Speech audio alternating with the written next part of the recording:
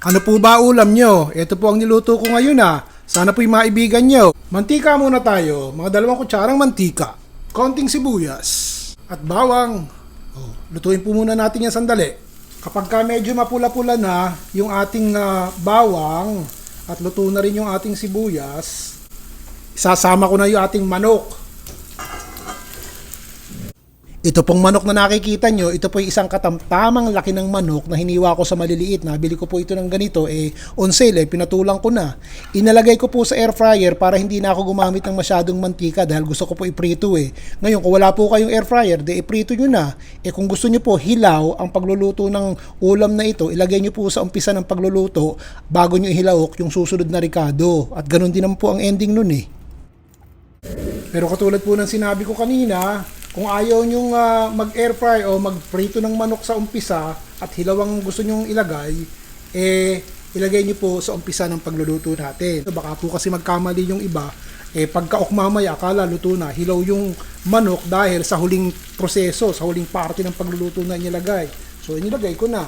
Pasintabi po lagyan na po natin ng sabaw. Ito po yung 2 tasa ng tubig. Hindi ko yata ilalagay lahat, 1 tasa lang ilalagay ko. Kung gusto nyo pong lagyan ng chicken cube, lagyan nyo na. At nang matunaw na kasama ng kumukulong tubig. Dahan-dahan po sa alat, meron ng chicken cube, lagyan na lang natin to ng 1 kutsaritang pates.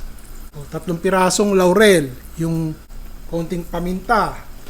1 kutsarang asukal na pula. Hayaan po natin yan magkahalo-halo. At nang matunaw yung ating chicken cube, pati yung asukal. Ganyan lamang.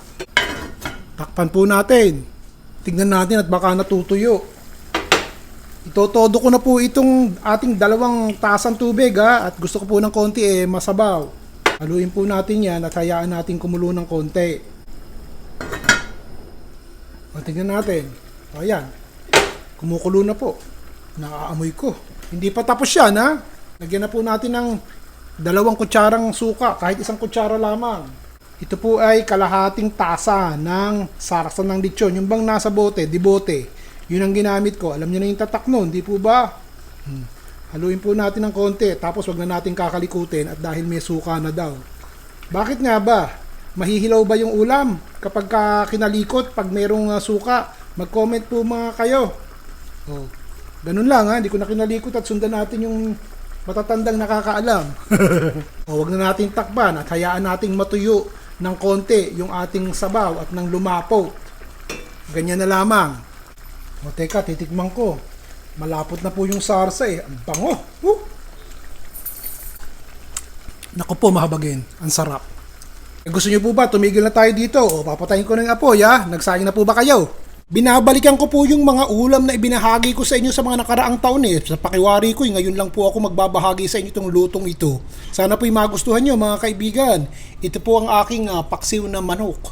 Sarap Dito na po kayo sa Dilintera duman at mabigyan kayo ng konting niluto ko at nang matikman nyo naman at masarapan kayo. Basta wag nyo pong titigilan. Ang kalalagay ng comment dito sa baba at binabasa ko po yan. Kadalasan sa inyo po ako kumukuha ng idea kung ano lulutuin sa susunod. Nauubusan din naman ako Hanggang sa susunod pa muli, si Ron Bilaro.